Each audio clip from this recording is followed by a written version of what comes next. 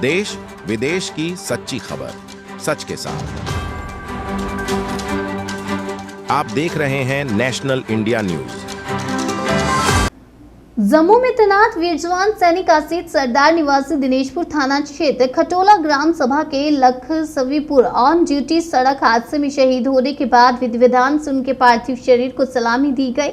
देश के लाल की शहादत पर विधायक अरविंद पांडे, पूर्व विधायक राजकुमार ठकुराल तथा रुद्रपुर विधायक शिव अरोड़ा को नम आंखों से श्रद्धांजलि दी। निश्चित रूप से उनकी शहादत देश और हमारा क्षेत्र सदैव याद रखेगा। उनकी वीरता और जज्बे के कारण ही आज भारत देश सुरक्षित है।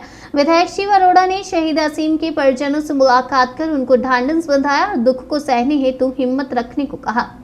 आसित सरदार की जब गांव-गांव में पार्थिव शरीर पहुंचे तब क्षेत्र के लोगों ने नम आंखों से श्रद्धांजलि अपर जिलाधिकारी गौरव पांडे, तहसीलदार एवं अरविंद पांडे, रुद्रपुर के भाजपा के विधायक शिव अरोड़ा, पूर्व विधायक राजकुमार ठकुराल, अध्यक्ष सीमा सरकार एवं सेवा से आए हुए अधिकारियों ने पार्थिव शरीर पर पुष्पांजलि से श्रद्धांजलि और नम आंखों से बधाई दी।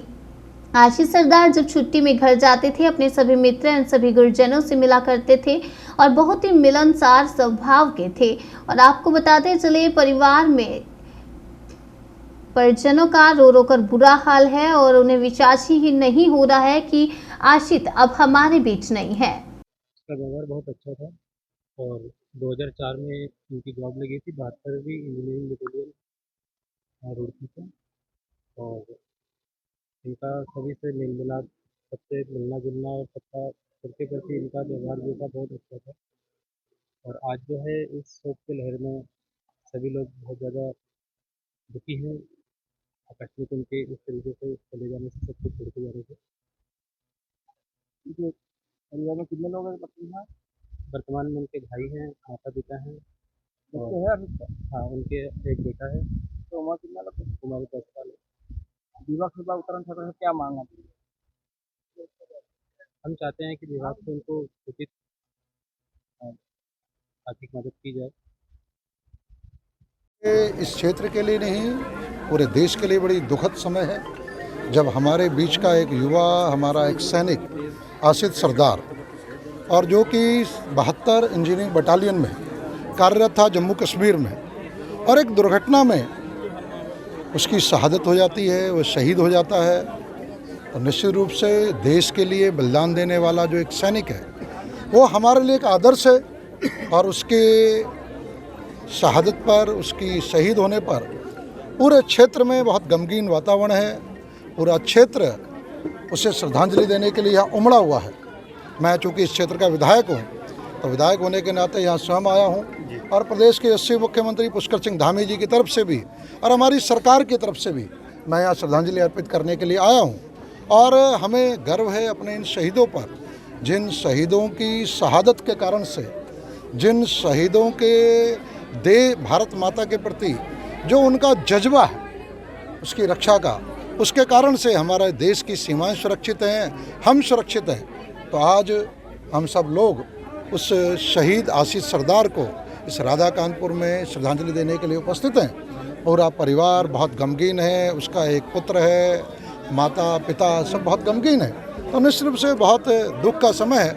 और मैं अपने विधायक होने के नाते, जनप्रतिनिधि होने के नाते अपनी तरफ से और अपनी सरकार की तरफ से, अपने आदरणीय मुख्यमंत्री पुष्कर सिंह धामी जी की तरफ से अपने शहीद आसित सरदार को श्रद्धांजलि अर्पित करता हूँ। निश्चित रूप से माननीय मुख्यमंत्री जी से मैं वार्ता भी करूँगा और वार्ता करने के बाद इस परिवार के साथ मैं भी खड़ा हूँ, पूरी हमारी सरकार भी खड़ी है। और चूँकि ये गाँव का हमारा शहीद है राधा कानपुर, तो मैं इस राधा कानपुर में आसित सरदार के स्मृति में यहाँ पर एक द्वार बने, इसकी भी घोषणा करता हूँ कि हम यहाँ पर एक द्वार बनाएंगे जिससे इस शहीद की वह स्मृति बनी रहे और उससे यहाँ के युवाओं को। आसित कुमार सरदार आज हमारे मध्य में नहीं है। हम लोगों की सुरक्षा और देश की हिफाजत के लिए देश की सीमा पे तैनात थे, नायब सूबेदार थे। अपनी यूनिट के काम से ही किसी कार्य से बाइक से गए थे। यही जानकारी प्राप्त हुई है कि मार्ग दुर्घटना में इनकी मृत्यु हो गई है। इनकी मृत्यु पे निश्चित ही देश को जहां फख्र है, कि इन्होंने देश के लिए जान गंवाई। साथ ही साथ परिवार बहुत कच्चा है, बच्चे बहुत छोटे हैं, परिवार के लिए बहुत बड़ा कष्ट है। मैं भगवान से प्रार्थना करता हूँ कि हे प्रभु, हमारे असित भाई को अपने चरणों में देवता बना के रखें। और जो छोटा परिवार है, हमारी बहन है जो विधवा हो गई है, 9-10 साल का बच्चा है, बहुत छोटा है, इनको भगवान इतनी हिम्मत दे कि जो असित भाई के सपने थे उन सपनों को ही पूरा कर सकें। मैं ज़्यादा कुछ ना कहते हुए, मैं अपनी तरफ से क्षेत्रीय विधायक होने के नाते मैं ये कह सकता हूँ कि जब तक सूरज चांद रहेगा। आपका बेटा जो आर्मी में था, देश के लिए काम कर रहा था, उसकी डेथ हुई है, क्या आपको गर्व है अपने बेटे पर? और कितनी उम्र थी बेटे की? बेटे का उम्र था 40 साल। बेटे की डेथ हो गई है तो क्या गर्व करते हैं आपके देश के लिए सेवा की? हाँ, हमारा गर्व है, देश में सेवा किया है, देश के अंदर बहुत जगह गया है, इसमें हम संतुष्ट हैं। बचपन में उसके अंदर जज्बा था कि आर्मी में जाने का? हाँ, किस तरह की ट्रेनिंग किया था? ना, उन्हें लड़का को जाने के लिए इच्छुक था, इसलिए हम भी मना नहीं किया कि देश का काम करो।